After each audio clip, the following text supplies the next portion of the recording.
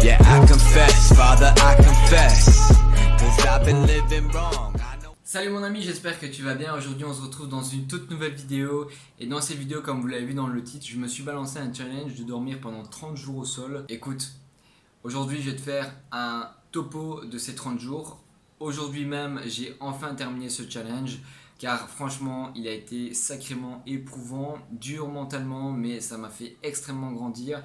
Et j'ai pu ressasser des points positifs, des points négatifs, et pour ce faire, tout simplement, je vais vous les énumérer, et à la fin je vous donnerai une petite conclusion, et aussi au tout début je vais vous dire aussi pourquoi est-ce que je me suis lancé ce challenge. C'est parti.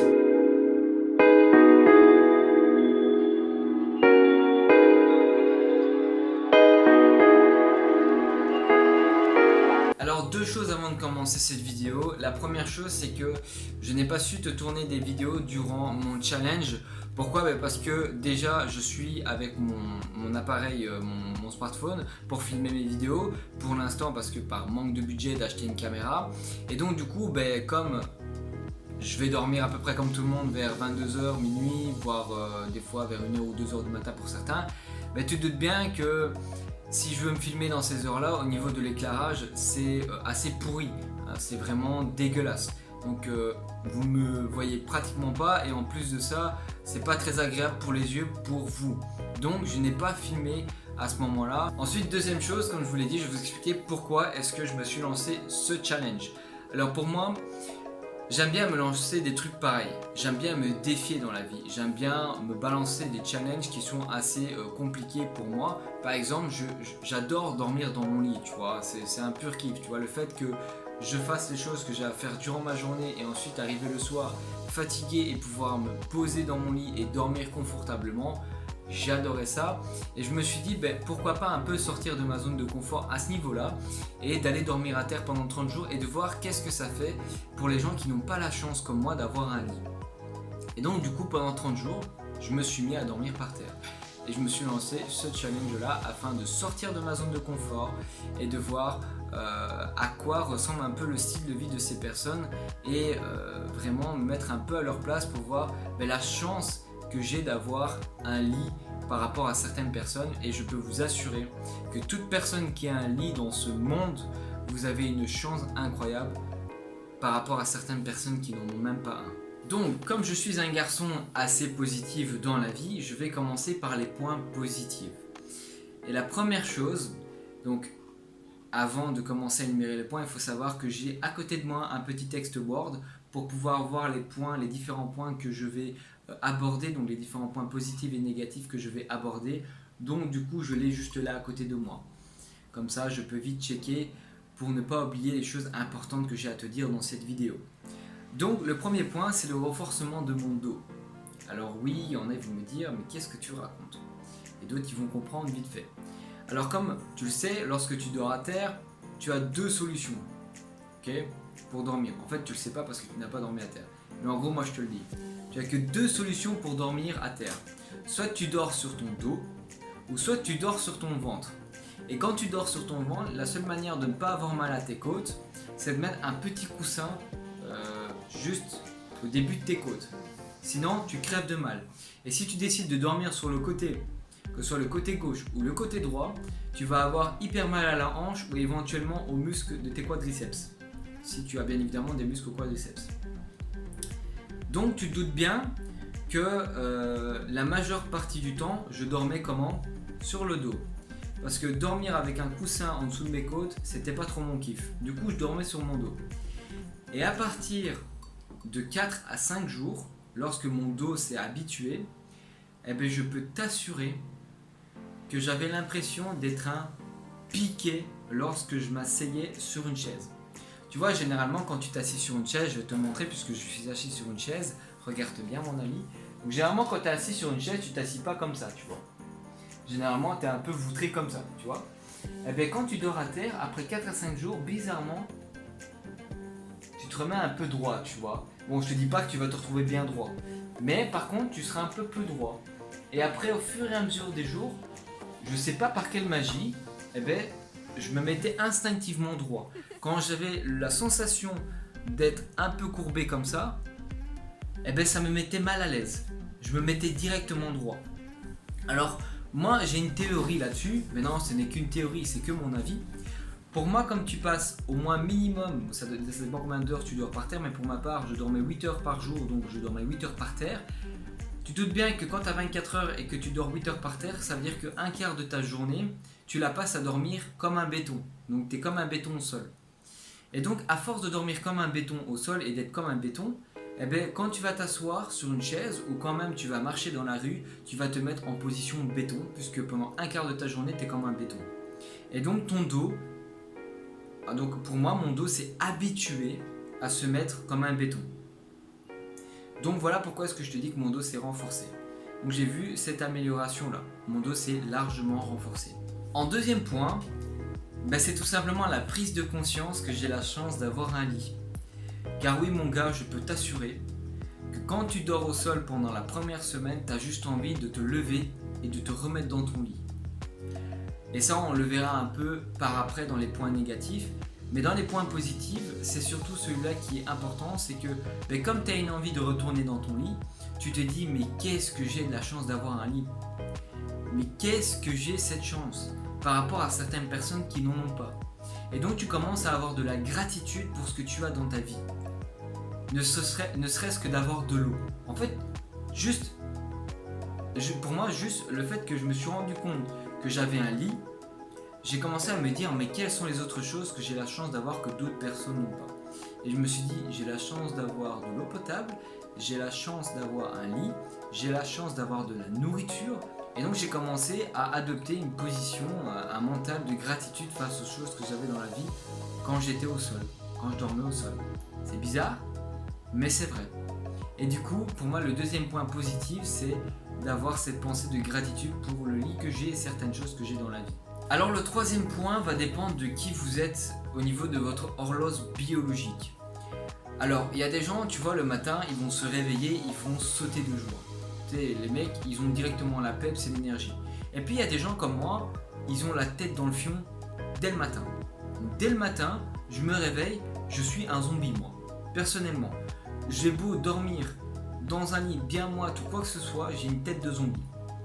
Par contre, quand tu dors sur le sol, je peux t'assurer que tu n'as pas une tête de zombie. Ou en tout cas, surtout, tu ne te rendors pas. Pourquoi ? Parce que tu n'as pas ce petit matelas douillet que tu as. Tu as un sol bien dur et bien rigide. Donc quand tu te réveilles le matin et que tu sens que tu es bien éveillé, tu ne vas pas continuer à dormir parce que tu as plaisir de dormir, mais tu vas te réveiller parce que tu te dis c'est bon, j'ai assez dormi sur le sol et à me mettre comme un béton. Du coup, tu te réveilles plus vite et tu évites de perdre du temps à te rendormir, te réveiller, te rendormir, te réveiller. Donc vraiment, la phase de réveil est extrêmement positive dans le fait de dormir au sol. Donc le troisième point positif, c'est ta phase de réveil, qui est beaucoup plus rapide que quand tu dors dans un lit bien douillet et que tu es le genre de gars comme moi à se réveiller comme un zombie. Alors le quatrième point, c'est la qualité de ton sommeil. Alors là, ça va être un peu paradoxal, je suis d'accord avec vous, vous allez me dire, mais Jo, tu dis que quand tu dors sur le sol comme un béton, enfin tu dors sur le sol, tu dors comme un béton, enfin tu te réveilles comme un béton, et ensuite aussi dans ta phase de réveil, tu te réveilles beaucoup plus vite parce que tu n'as pas envie de retourner sur le sol pour dormir, et du coup c'est pas très douillet, comme un matelas. Mais bizarrement, paradoxalement, je peux vous assurer que ma qualité de sommeil a été améliorée au sol. Pourquoi ? Parce que je peux t'assurer que quand tu t'endors, tu t'endors pas pour rien, tu t'endors parce que tu es fatigué. Et que quand tu te réveilles parce que tu n'as plus besoin de dormir. Par rapport à un lit où même si je suis pas fatigué, je vais maintenant dans mon lit, je vais savoir m'endormir comme je le veux. Parce que c'est douillet, parce que c'est bien, c'est cosy, tu vois. Par rapport au sol, où si je me mets là sur le sol, je vais pas m'endormir parce que je suis pas fatigué et parce que c'est pas douillet et c'est pas cosy, tu vois. Et donc du coup, quand tu t'endors sur ton sol, tu t'endors parce que tu es fatigué. Et donc très rapidement, tu t'endors et très rapidement, tu arrives dans la phase de sommeil qui va te permettre de récupérer de la meilleure manière. Et donc, tu te doutes bien que ta qualité de sommeil est godlike. Par contre, les premières semaines, ça va être très dur.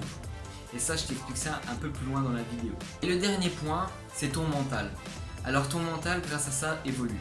Alors déjà, comme je t'ai dit, tu as plus de gratitude face aux choses que tu as dans ta vie. En tout cas, pour ma part, ça a été le cas. Mais surtout pour mon cas, ça a été le fait que j'ai réussi ce challenge.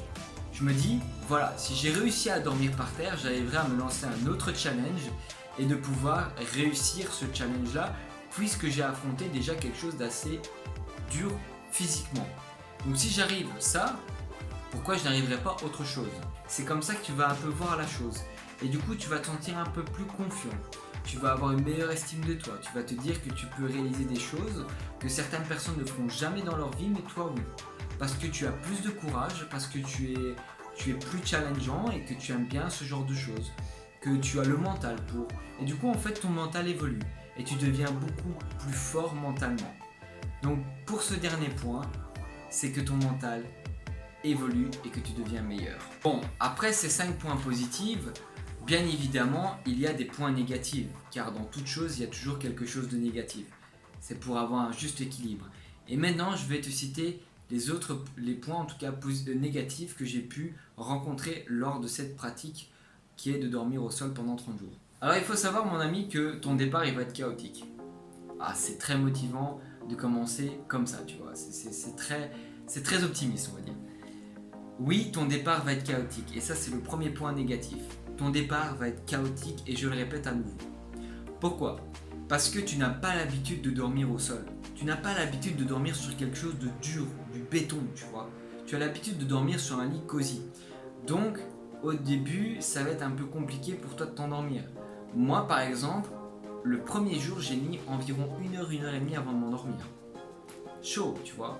Et ce jour-là, je n'ai dormi que 6 heures.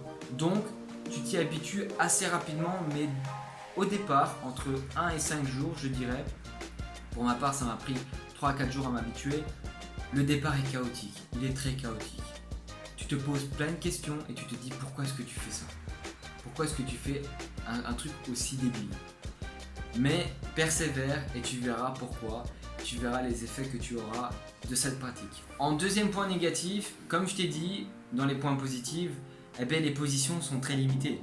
Tu n'as juste que le fait de dormir sur le dos ou dormir sur le ventre, mais si tu veux dormir sur le ventre, tu dois y mettre un petit coussin pour pouvoir ne pas avoir mal au niveau de tes côtes. Donc, je me remets en place.